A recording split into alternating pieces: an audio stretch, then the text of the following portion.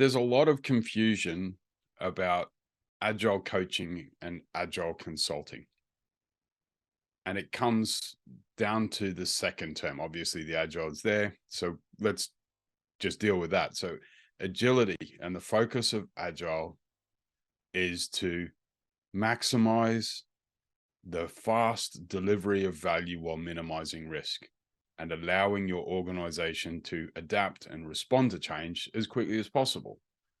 So that agility to respond to change in customer requests, market environment, situation, context, that's business agility. And so it started with IT because like software, we need that feedback. We got to change, right? Because how many times have you used something for the first time and you're just going, oh, that doesn't quite work. And so it started there and it's moved out. And, in complex environments where there's a lot of uncertainty, adaptability is key. So that's the agile bit. Really, what's the difference between a consultant and a coach? And the interesting thing here is that consulting really applies in the complicated space and a little bit in the complex space.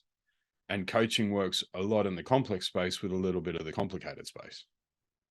So when we're dealing with uncertainty, the only really the best people, not the best person to make the decision is you, right? And the key for coaching is that you act as a mirror and use techniques, practices to ask questions and reflect back people's thinking to guide them to an insight. But it's their insight. You don't own the insight. You don't put words in their mouth. You have to stay in a neutral space and you listen to the person and ask questions to help them explore their thinking. Now, I personally prefer a style of brain-based coaching where it's a lot about the thinking. And it acknowledges emotion, but we try and clear that and work with people's thoughts to allow them to get into that space of reflection and learning. And that then they can choose what they want to do next, right? So that's agile coaching. Now, agile consulting is, I suppose it's similar to sports coaching in one sense, in that you are providing skills, practices, and experiences that can help your client. Now, a lot of the time you'll go into a client and they'll say, can you help me with my Scrum team? Can you help me with my Kanban? The irony is most of the times when I go in and people say, can you help me with my Scrum team? It's like, mate, that's not Scrum, which is ironic in itself. But because so many people mix the term Scrum and Agile, they use them interchangeably and they're not. Scrum is to Agile what Apple is to fruit.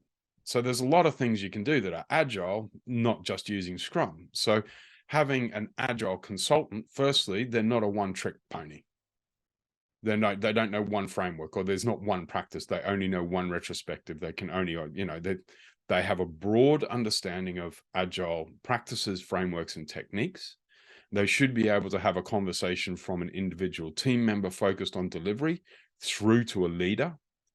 They should have a functioning understanding of probability, statistics, and forecasting. They should have a functional understanding of extreme programming, Kanban, and Scrum. They should have a functional and working understanding of scaling patterns, techniques, and the pros and cons of various models. They shouldn't be wedded to any of them. So then as an agile consultant, you'll then advise, you'll have a look at a situation and say, well, here's a particular aspect. You should put metrics on this. You should focus on impediment. You should look at cycle time. Maybe we need to do a value stream mapping workshop, which is one of my favorite starting points. Now, where it blurs is often as an agile coach, you will step into the consulting stance, or as a consultant, you'll step into the coaching stance. The key is to remind your client that you're switching your approach. And I personally preface it, may I coach you?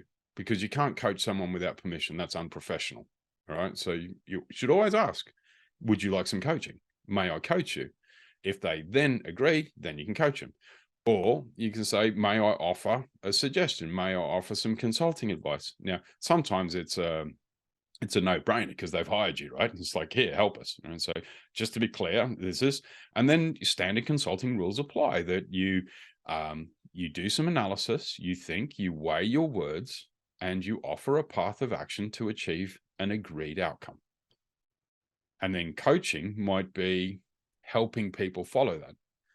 A parallel is many years ago, my kids were swimmers and triathletes.